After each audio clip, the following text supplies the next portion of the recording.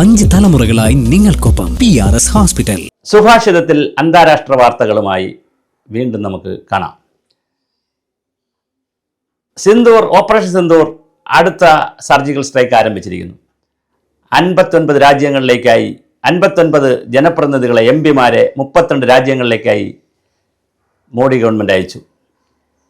അതിൽ നമ്മുടെ തിരുവനന്തപുരത്തുകാരനായ MP doctor Sasi തരൂരുണ്ട്, രാജ്യസഭാ MP John Brittas ഉണ്ട്, തുടങ്ങി കനിമൊഴി തുടങ്ങി വളരെ പ്രമുഖരായിട്ടുള്ള ആളുകൾ അടങ്ങുന്ന വലിയ സംഘമാണ് വിവിധ രാജ്യങ്ങളിൽ പോയത്. അതിൽ ശശി തരൂർ പോയത് അമേരിക്ക ഉൾപ്പെടെയുള്ള രാജ്യങ്ങളിലാണ്. ശശി തരൂരിൻ്റെ ഇംഗ്ലീഷിലുള്ള അദ്ദേഹം ഇംഗ്ലീഷ് വളരെ വളരെ മാർവലസ് ആയിട്ട് ഇംഗ്ലീഷ് പറയുന്ന ആളാണ്. അദ്ദേഹത്തിൻ്റെ ഇംഗ്ലീഷിലുള്ള സ്പീച്ച് ഇപ്പോൾ വളരെ പോപ്പുലറാണ്.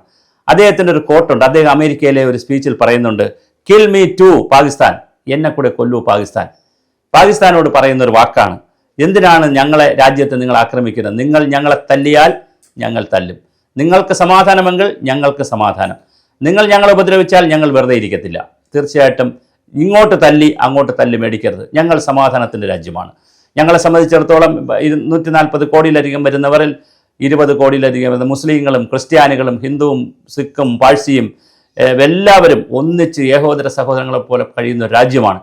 ലോകത്തിൻ്റെ വിവിധ രാജ്യങ്ങളിൽ പോയി വലിയ തോതിൽ എന്ത് ചെയ്യുന്നവരാണ്? പാകിസ്ഥാൻ ഭീകരപ്രവർത്തനങ്ങളെ പ്രോത്സാഹിപ്പിക്കുന്നവരാണ്. അങ്ങനെ ഭീകരപ്രവർത്തനങ്ങളെ പ്രോത്സാഹിപ്പിക്കുന്ന പാകിസ്ഥാൻ ഞങ്ങളോട് സമാധാനത്തിൻ്റെ വെള്ളരിപ്രാവുകളായിട്ട് ഞങ്ങളെടുത്ത് വരരുത്. ഞങ്ങൾ യഥാർത്ഥത്തിൽ സമാധാനം കൊണ്ട് നടക്കുന്നവരാണ്. ഞങ്ങളുടെ രാജ്യം സനാതന ധർമ്മത്തിൽ വിശ്വസിക്കുന്നവരാണ്. ഹിന്ദു വിശ്വാസത്തിനെ മുറുകെ പിടിക്കുന്നവരാണ്. ഞങ്ങളുടെ രാജ്യത്തുള്ളവർ ദേശീയതയ്ക്കും രാജ്യസ്നേഹത്തിനും വലിയ വലിയ സാധ്യത കൊടുക്കുന്നവരാണ്. ഞങ്ങളുടെ നാട്ടിൽ വന്നിട്ടുള്ള ഹിന്ദുവിനെയും മുസൽമാനെയും എല്ലാവരെയും ക്രിസ്ത്യാനികളെയും എല്ലാവരെയും ഞങ്ങൾ ഒരു കുടക്കീഴിൽ കൊണ്ടുപോകുന്ന വലിയൊരു ഭരണഘടനയുള്ള രാജ്യമാണ്. ലോകത്തിലെ ഏറ്റവും ലിഖിതമായി എഴുതപ്പെട്ട ഭരണഘടനയുള്ള നമ്മുടെ രാജ്യത്ത് എല്ലാവരും യാതൊരു പ്രശ്നവുമില്ലാതെ കഴിയുന്നു. നിങ്ങൾ എന്താണ് പാകിസ്ഥാൻ വിചാരിച്ചത്? നിങ്ങൾ ഞങ്ങളുടെ രാജ്യത്ത് വന്ന് പാവപ്പെട്ട ഹിന്ദുക്കളുടെ അല്ലെങ്കിൽ സാധാരണ ഹിന്ദുക്കൾ കലീമ ചൊല്ലാനും അവരുടെ വസ്ത്രമഴിച്ച് സുന്നത്ത് ചെയ്തിട്ടുണ്ടോ നോക്കി അവർ മുസ്ലിം അല്ല അല്ലെങ്കിൽ ഇസ്ലാം അല്ല എന്ന് ഉറപ്പുവരുത്തി നിങ്ങൾ ഹിന്ദുക്കളെ മാത്രം കൊന്നാൽ അല്ലെങ്കിൽ അവരെ മാത്രം വെടിവെച്ചാൽ അതിനെ തുടർന്ന് ഭാരതത്തിലെ ഹിന്ദുവും മുസൽമാനും തമ്മിൽ തോക്കെടുക്കുമെന്നാണോ നിങ്ങൾ കരുതിയത്? നിങ്ങൾക്ക് അവിടെ തെറ്റി. ഭാരതത്തിലെ മുസൽമാനും ഹിന്ദുക്കളും ഏകോദര സഹോദരങ്ങളാണ്. ഈ സന്ദേശം പറയുവാനാണ് ഞാൻ ഈ രാജ്യത്ത് വന്നത്. ഞാൻ ലോകത്തിൻ്റെ വിവിധ രാജ്യങ്ങളിൽ ഞങ്ങളടങ്ങുന്ന 32ഓളം വരുന്ന MP-മാർ വിവിധ രാജ്യങ്ങളിൽ പോയി സംഘമായി പോയി ഞങ്ങൾ ഈ കാര്യങ്ങൾ പറയുകയാണ്.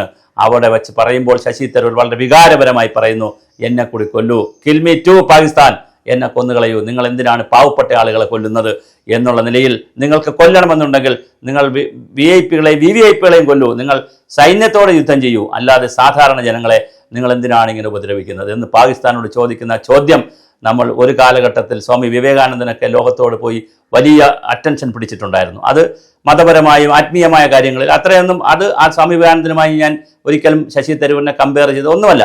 പക്ഷേ ലോകരാജ്യങ്ങളിൽ ഇന്ത്യയുടെ ശബ്ദം കൊണ്ടുപോയി പറയുന്നതിൽ വലിയ വലിയ രീതിയിലാണ് ലോകരാഷ്ട്രങ്ങൾ ഇന്ത്യയെ കേൾക്കുന്നത്.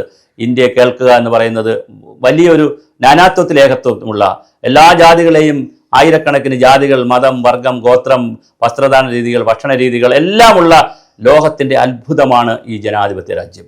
ഈ അത്ഭുതത്തിൽ ജീവിക്കുന്ന ആളുകൾ എത്ര ദരിദ്രനായാലും സമ്പന്നനായാലും പണ്ഡിതനായാലും പാമരനായാലും ആരായാലും വളരെ ഗൗരവത്തോടുകൂടി സഹർഷം വളരെ സന്തോഷത്തോടുകൂടി വലിയ ആനന്ദത്തിൽ കഴിയുന്ന ഒരു മതേതര രാജ്യമാണ് ഇന്ത്യ. ആ രാജ്യത്ത് പാകിസ്ഥാനെ പോലൊരു ഭീകര രാഷ്ട്രം, ലോകത്തിലെ എല്ലാ ഭീകരവാദികളെയും പ്രോത്സാഹിപ്പിക്കുന്ന പാകിസ്ഥാൻ വന്ന് നമ്മെ ഉപദ്രവിക്കുമ്പോൾ തീർച്ചയായും ഞങ്ങൾ തിരിച്ചടിച്ചിരിക്കും. ഞങ്ങളുടെ തിരിച്ചടി ചിലപ്പോൾ പാകിസ്ഥാന് താങ്ങാനാകില്ല. അപ്പോഴും ഞങ്ങൾ അടിക്കുന്നത് പാകിസ്ഥാൻ ജനതയല്ല, മറിച്ച് പാകിസ്ഥാനിലെ സാധാരണക്കാരെ ഒരാളെ പോലും ഞങ്ങൾ തൊടില്ല. അതേസമയം ഞങ്ങൾ അവിടുത്തെ ഭീകര കേന്ദ്രങ്ങൾ, താവള കേന്ദ്രങ്ങൾ തകർത്തിരിക്കും.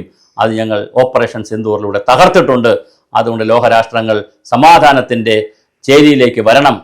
ഇന്ത്യ സമാധാനത്തിൻ്റെ ചേരിയിലാണ് വിശ്വസിക്കുന്നത്.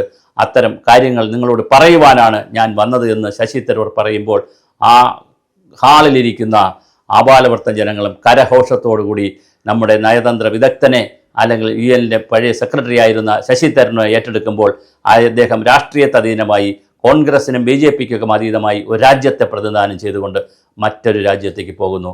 ഒരുപക്ഷേ ഓപ്പറേഷൻ സിന്ദൂറിലൂടെ പാകിസ്ഥാന് കൊടുത്ത അടിയേക്കാൾ വലിയ അടിയാണ്, അല്ലെങ്കിൽ രണ്ടാമത്തെ ഒരു ഓപ്പറേഷൻ സിന്ദൂർ സെക്കൻഡ് സർജിക്കൽ സ്ട്രൈക്കാണ്, മെഗാ സ്ട്രൈക്കാണ് മോഡി ഇതിലൂടെ ലോകരാജ്യങ്ങളിലേക്ക് പ്രതിനിധികളെ അയച്ചതിലൂടെ, പ്രത്യേകിച്ച് എല്ലാ രാഷ്ട്രീയ പാർട്ടികളിലെയും ആളുകളെ തിരഞ്ഞെടുത്ത് അയച്ചതിലൂടെ ചെയ്തിരിക്കുന്നത് ഇതിലൂടെ ലോകത്തിൻ്റെ എല്ലാ രാജ്യങ്ങളുടെയും വിവിധ രാജ്യങ്ങളുടെ സഹായവും സഹകരണവും നമുക്ക് കിട്ടേണ്ടതുണ്ട്. എന്താണ് പാകിസ്ഥാനിൽ സംഭവിച്ചതെന്ന് ലോകം അറിയേണ്ടതുണ്ട്. പാകിസ്ഥാനിലെ സാധാരണ ജനങ്ങളെ ഞങ്ങൾ കൊന്നു, മുസ്ലിങ്ങളെ കൊല്ലുന്നു, ഹിന്ദു രാഷ്ട്രം മോഡി ഭരിക്കുന്നു എന്നൊക്കെ പറഞ്ഞ് വ്യാജ പ്രചരണങ്ങൾ നടത്തുന്ന പാകിസ്ഥാനെതിരെ അതിശക്തമായ രീതിയിൽ മതേതരത്തിൻ്റെ സന്ദേശവുമായി നമ്മുടെ എംപിമാർ ലോകമാകെ വിവിധ രാജ്യങ്ങളിൽ പോയി സമാധാനത്തിൻ്റെ സന്ദേശം കൊടുക്കുന്നത് കാണുന്നത് വലിയൊരു സൗന്ദര്യമാണ്, മനോഹാരിതയാണ്.